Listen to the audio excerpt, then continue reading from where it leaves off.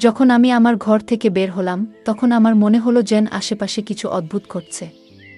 হঠাৎ করে আমি দেখলাম পাশের ঘরে থেকে কিছু অদ্ভুত আওয়াজ আসছে। আমি সেই আওয়াজগুলো মনোযোগ দিয়ে শুনতে চেষ্টা করলাম। এরপর আমি আস্তে করে দরজার কাছে গিয়ে দাঁড়ালাম এবং কান পেতে শুনতে লাগলাম। হঠাৎ আমি মায়ের গলার শব্দ শুনতে পেলাম। আমার মনে হলো এখানে কিছু একটা ঠিক নেই। আমি ভাবলাম ভেতরে ঠিক কি হচ্ছে সেটা দেখা দরকার। কিন্তু সমস্যা হলো ঘরের দরজা ভেতর থেকে বন্ধ ছিল এবং ঘরে কোনো জানালাও ছিল না। তখন আমার মাথায় একটি বুদ্ধি এলো।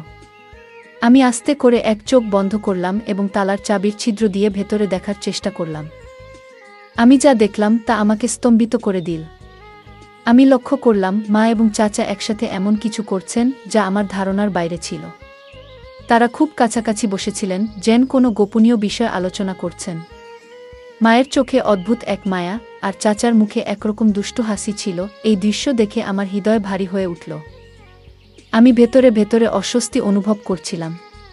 মায়ের এই রূপ আমি আগে কখনো দেখিনি। আমার মনে হতে লাগলো এরকম কিছু তো আমি কখনো ভাবিনি। কিন্তু কেন জানি না, আমার মনে তখন এক অদ্ভুত অনুভূতি হচ্ছিল। ভেতরে যেন একটা অস্বস্তি কাজ করছিল। এরপর আমার মাথায় এক নতুন চিন্তা এলো। চাচার প্রতি মায়ের আচরণ আমাকে গভীরভাবে নাড়া দিয়েছিল। আমিও তো একদিন চাচার সাথে কিছুটা সময় কাটাতে পারি। এক অদ্ভুত উত্তেজনা আমার হৃদয় ছুঁয়ে গেল। নিজেকে প্রমাণ করার জন্য আমারও তো সুযোগ আসতে পারে। আমি ভেতরে ভেতরে ভাবতে লাগলাম কিভাবে এই কাজটা আমি করব। একদিকে ভয় আর অন্যদিকে অজানা ভাবনা। এই দ্বিধার মাঝে আমি ধীরে ধীরে নিজের পরিকল্পনা তৈরি করতে থাকলাম। গল্পের মজা উপভোগ করুন এবং শুনতে থাকুন আমাদের বাংলা অডিও স্টোরি চ্যানেল। বন্ধুরা, যদি এখনও আমাদের চ্যানেল সাবস্ক্রাইব না করে থাকেন তাহলে দয়া করে এখনই সাবস্ক্রাইব করে নিন। আজ আমি আপনাদের নিজের গল্প বলবো। আমার নাম রাগিনী। আমরা শহরে থাকি। আমাদের ছোট্ট পরিবারে আমি আর আমার মা একসাথে থাকি। তবে 2 বছর আগেও আমাদের পরিবারের অংশ ছিলেন আমার বাবা। একটি মর্মান্তিক গাড়ি দুর্ঘটনায় আমরা বাবাকে চিরদিনের জন্য হারাই। বাবার মৃত্যুর খবর শুনে তার খুব ঘনিষ্ঠ বন্ধু মনোজ চাচা আমাদের দেখতে আসেন। কিছুদিন আমাদের সঙ্গে থেকেও যান। তবে জরুরি কাজের কারণে তাকে ফিরে যেতে হয়। যাওয়ার আগে তিনি আমাদের প্রতিশ্রুতি দিয়েছিলেন যে তিনি সবসময় আমাদের পাশে থাকবেন। আমার বাবার মৃত্যুর পর মনোজ চাচাই ছিলেন একমাত্র ব্যক্তি যিনি আমাদের পরিবারের সঙ্গে গভীরভাবে জড়িয়েছিলেন। ছোটবেলা থেকেই তিনি আমাদের বাড়িতে আসতেন। বাবা মায়ের খুব কাছের বন্ধু ছিলেন। তার সঙ্গে আমাদের সম্পর্ক এতটাই গভীর ছিল যে তিনি শুধুমাত্র বাবার বন্ধু নন, আমাদের পরিবারের একজন সদস্য বলেই মনে হতো। আমি যখন ছোট ছিলাম তখন মনোজ চাচা প্রায়ই আমাদের বাড়িতে আসতেন এবং আমার জন্য চকলেট নিয়ে আসতেন। আমি খুশিতে তার গলায় ঝাঁপিয়ে পড়তাম এবং তার সঙ্গে খেলায় মেতে উঠতাম। তবে এখন আমি 19 বছর বয়সী, বড় হয়ে গেছি। আর সেই শৈশবের খেলা কৌতুক ধীরে ধীরে কমে গেছে। তবুও আজও যখন চাচার সঙ্গে দেখা হয় আমি তাকে আলিঙ্গন করি। বাবার মৃত্যুর পর থেকে মা খুবই একা হয়ে গেছেন। আমি জানি না তিনি আবার আগের মতো সুখী হতে পারবেন কিনা। তবে যখনই চাচা আমাদের বাড়িতে আসেন মায়ের মুখে এক আনন্দ ফুটে ওঠে। এটা দেখে আমার মনে হয় আমি মায়ের দুঃখ কখনো মেনে নিতে পারবো না। আমি সিদ্ধান্ত নিয়েছিলাম মাকে আর কখনো একা বা দুঃখী হতে দেব না। আমার মা এখন 40 বছর বয়সী, কিন্তু তাকে দেখলে 25 বছরের কোনো তরুণীর মতোই লাগে। যখনই আমরা মা মেয়ে একসঙ্গে বাজারে যাই সবাই এমনভাবে তাকায় যেন আমরা 2 বোন। মায়ের সৌন্দর্য আর স্মার্টনেস দেখে অনেকেই অবাক হয়ে যায়। একদিন আমি ভাবছিলাম মায়ের একাকিত্ব দূর করার জন্য এমন কাউকে দরকার যার সঙ্গে মা তার মনের সব কথা বলতে পারবেন। কিন্তু এমন মানুষ কে হতে পারে? আমি অনেক ভেবেও কিছু বুঝে উঠতে পারছিলাম না। ঠিক তখনই আমার মনে হলো কেন না মনোজ চাচার সঙ্গে কথা বলা যায়। আমি কোনো দ্বিধা না করে তাকে ফোন করলাম। প্রথমবার চাচা ফোন ধরেননি, হয়তো কাজের মধ্যে ব্যস্ত ছিলেন। কিন্তু আমি জানতাম তিনি আমাদের সবসময় গুরুত্ব দেন এবং মায়ের সুখের জন্য কিছু করতে পারবেন। আমার ফোন বেজে উঠল। আমি স্ক্রিনে দেখলাম মনোজ চাচার নাম ভেসে উঠছে। আমি খুব খুশি হলাম এবং দ্রুত কল রিসিভ করলাম। কল ধরতেই চাচা বললেন, সরি বেটা, একটু আগে একটা মিটিংয়ে ব্যস্ত ছিলাম তাই তোমার কল রিসিভ করতে পারিনি। আমি হাসতে হাসতে বললাম, কোনো সমস্যা নেই চাচা, আপনি ফোন করেছেন এতটুকুই যথেষ্ট। চাচা মৃদু হাসি দিয়ে বললেন, আর তোমার সঙ্গে কথা বলবো না তো কাকে বলবো? এই পৃথিবীতে তুমিই তো আমার আপন। বন্ধুরা, আপনাদের জানিয়ে রাখি, মনোজ চাচা এখনও বিয়ে করেননি এবং একাই থাকেন।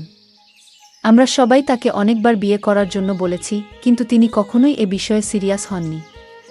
এরপর আমি বললাম, চাচা, যদি কিছু মনে না করেন, আমি আপনাকে একটা কথা বলতে চাই। চাচা বললেন, বলো বেটা, কি বলতে চাও? আমি বলতে শুরু করলাম, চাচা, বাবা আমাদের ছেড়ে যাওয়ার পর থেকে মা খুবই একা হয়ে গেছেন। তিনি কারো সঙ্গে ঠিকমতো কথা বলেন না, খাওয়া দাওয়া ভালোভাবে করেন না। আপনি কি কিছুদিনের জন্য আমাদের সঙ্গে থাকতে পারেন?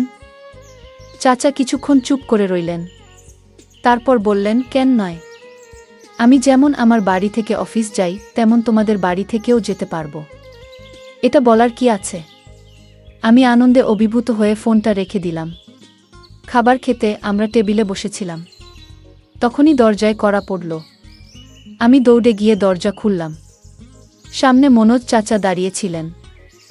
মা তখনও চুপচাপ টেবিলের পাশে বসেছিলেন। চাচা মায়ের দিকে তাকালেন, কিন্তু মা তার দিকে একবারও দেখলেন না। এরপর চাচা নিজের ঠোঁটের উপর আঙুল রেখে আমাকে চুপ থাকার ইশারা করলেন। আমি তার ইশারা বুঝে চুপ হয়ে গেলাম। চাচা ধীরে ধীরে মায়ের পেছনে গিয়ে দাঁড়ালেন এবং তার 2 হাত দিয়ে মায়ের চোখ ঢেকে দিলেন। মা আস্তে আস্তে চোখ খোলার চেষ্টা করছিলেন। তাকে এইভাবে চেষ্টা করতে দেখে মনোজ চাচা হেসে বললেন, বলতো কে? আমাকে চিনতে পারো? মা মুহূর্তেই চাচার গলার স্বর চিনতে পারলেন এবং বললেন, মনোজদা। দাদা, আপনি কখন এলেন? চাচা মায়ের চোখ থেকে হাত সরিয়ে বললেন, আমি তখনই এসেছি, যখন দেখলাম তুমি মন খারাপ করে বসে আছো। আমি লক্ষ্য করছিলাম চাচার উপস্থিতিতে মা কতটা খুশি হয়ে উঠেছেন। তার মুখে যেন এক অদ্ভুত প্রশান্তি এসেছে, যেন সমস্ত টেনশন মুছে গেছে। তখন চাচা বললেন, মমতা, এবার থেকে আমি সবসময় তোমাদের সঙ্গেই থাকব। আর কখনো তোমাদের ছেড়ে যাব না। বন্ধুকে একা রেখে তার কষ্ট দেখার মতো মানুষ আমি নই। বন্ধুত্বের ঋণ তো বন্ধু শোধ করবেই। মনোজ চাচার এই কথা শুনে মা ভীষণ খুশি হলেন যে এবার থেকে চাচা সবসময় আমাদের সঙ্গে থাকবেন। আমরা সবাই একসঙ্গে বসে খেতে লাগলাম এবং অনেক কথা বললাম। সেদিন আমরা সবাই এক ঘরে শুয়ে পড়লাম এবং রাতভর গল্প করতে করতে সময় কাটালাম। পরের দিন সকালে চাচার অফিসে যাওয়ার কথা ছিল, তাই তিনি আগে ঘুমিয়ে পড়লেন। আমি তার পাশে বসে গল্প করছিলাম, আর কখন ঘুমিয়ে পড়েছি টের পাইনি। সকাল কবে হলো বুঝতেই পারিনি। মা সকালে উঠে নাস্তা বানিয়ে ফেলেছিলেন, আর চাচা তৈরি হয়ে গেলেন। আমরা সকলে একসঙ্গে নাস্তা করলাম। তারপর চাচা অফিসে চলে গেলেন। এভাবে আমাদের দিনগুলো কাটতে লাগলো। আমি চাচাকে বাবার মতোই মনে করতে শুরু করলাম। সত্যি বলতে তিনি আমার নিজের বাবার চেয়েও বেশি গুরুত্ব পেতে লাগলেন, কারণ তিনি আমাদের সঙ্গে ছিলেন, আমাদের খেয়াল রাখছিলেন।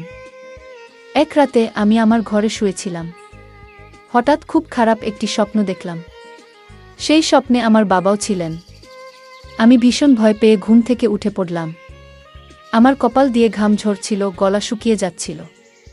তাই আমি পানি খেতে চাইলাম, কিন্তু দেখলাম আমার জগটা পুরো ফাঁকা। আমি ভাবলাম রান্নাঘর থেকে পানি নিয়ে আসি। জগটা হাতে নিয়ে ঘরের দরজা খুলে বাইরে বেরোলাম এবং রান্নাঘরের দিকে হাঁটা শুরু করলাম। রাতে আমি পানির জন্য রান্নাঘরে যাচ্ছিলাম। মায়ের ঘর আমার পাশেই ছিল এবং তারপরে মনোজ চাচার ঘর। যখন আমি চাচার ঘরের সামনে দিয়ে যাচ্ছিলাম, তখন একটা মৃদু শব্দ শুনতে পেলাম। প্রথমে ভেবেছিলাম হয়তো চাচা টিভি দেখছেন, তাই বেশি গুরুত্ব না দিয়ে আমি সামনে এগিয়ে গেলাম। কিছুক্ষণ পরে সেই শব্দগুলো আরও স্পষ্ট আর জোরে শোনা গেল। এবার আমার কৌতূহল জাগল। চাচার ঘরের সামনে এসে আমি দাঁড়িয়ে পড়লাম। ভালো করে শোনার চেষ্টা করতেই বুঝতে পারলাম মা যেন কিছু বলছেন। আমি ভাবলাম, এত রাতে মা আর চাচা এক ঘরে কি করছেন? তখনই আমার মাথায় একটা বুদ্ধি এলো। আমি দরজার তালার ছিদ্র দিয়ে ঘরের ভেতরটা দেখার চেষ্টা করলাম। এক চোখ বন্ধ করে তালার ফাঁক দিয়ে যখন ভেতরটা দেখলাম, তখন আমি অবাক হয়ে গেলাম। আমি ভেতরে যা দেখলাম তা আমাকে বিস্মিত করে দিল। মনে হচ্ছিল এমন কিছু আমি কখনো কল্পনাও করিনি, যা আমার নিজের জন্যই অস্বস্তিকর ছিল। আমি নিজেকে শান্ত করার চেষ্টা করছিলাম, কিন্তু কিছুক্ষণের মধ্যেই আমি অসচেতন হয়ে পড়লাম। পরে দেখলাম মা বিছানায় শুয়ে আছেন এবং মনোজ চাচার সঙ্গে কথা বলছেন। মা বললেন, মনোজদা, এবার থেকে আমাদের ছেড়ে কোথাও যেও না। চাচা মায়ের হাত ধরে বললেন, তোমার আর রাগিনীর খেয়াল রাখার দায়িত্ব এখন থেকে আমার। এই কথাগুলো শোনার পর আমি ধীরে ধীরে নিজের ঘরে ফিরে এলাম। রান্নাঘর থেকে পানি নিয়ে এসে শুয়ে পড়লাম, কিন্তু ঘুম আর এলো না। বারবার মনে সেই দৃশ্য ভেসে উঠছিল। যতই ঘুমানোর চেষ্টা করি কিছুতেই মন শান্ত হচ্ছিল না। ভোর হতে আর বেশি দেরি ছিল না। আমি উঠে গিয়ে বাথরুমে ফ্রেশ হলাম। তারপর গোলাপি রঙের একটি হালকা পোশাক পরে নিলাম। পোশাকটি স্বচ্ছ ছিল এবং আমাকে দেখতে বেশ সুন্দর লাগছিল। আমি যখন বাইরে এলাম দেখলাম মনোজ চাচা সোফায় বসে নাস্তা করছেন। ভেজা চুলে তোয়ালে পেঁচিয়ে আমি তার সামনে গিয়ে দাঁড়ালাম এবং মুখে বললাম, চাচা কেমন লাগছে আমাকে? মনোজ চাচা মুচকি হেসে বললেন, বাহ রাগিনী, আজ তো তোমাকে একেবারে অপূর্ব দেখাচ্ছে। আমি যখন মনোজ চাচার কথা শুনলাম তোমাকে আজ খুব সুন্দর লাগছে, তখন আমি খুব আনন্দিত হলাম। চাচার পাশে গিয়ে চুপচাপ বসে রইলাম। কিছুক্ষণ পরে চাচা অফিসের জন্য তৈরি হতে লাগলেন। আমি হঠাৎ উঠে গিয়ে চাচাকে আলিঙ্গন করলাম। মনে হলো যেন বহুদিনের জমে থাকা আবেগ আমার ভেতর থেকে বেরিয়ে আসছে। চাচার শরীরটা মুহূর্তের জন্য কেঁপে উঠল, আর তার মুখে এক অদ্ভুত অস্বস্তির ছাপ ফুটে উঠল। সেই ছাপটা যেন মনের গভীরে লুকানো কোনো দুঃখ কিংবা অপরাধবোধের প্রকাশ। আমার চোখ ভিজে উঠছিল, যেন আমার ভালোবাসা আর মনের কষ্ট তাকে জানিয়ে দিতে চাইছিলাম। কিন্তু এটা তো কেবল গল্পের শুরু। বন্ধুরা, যদি এই গল্পটি ভালো লেগে থাকে তাহলে দয়া করে ভিডিওটি লাইক করুন এবং আমাদের চ্যানেলটি সাবস্ক্রাইব করুন। পাশে থাকা বেল আইকনটি প্রেস করুন যাতে করে আমরা যখনই নতুন ভিডিও আপলোড করি তার নোটিফিকেশন সবার আগে আপনার কাছে পৌঁছে যায়। ধন্যবাদ। দেখা হবে আমাদের পরবর্তী ভিডিওতে।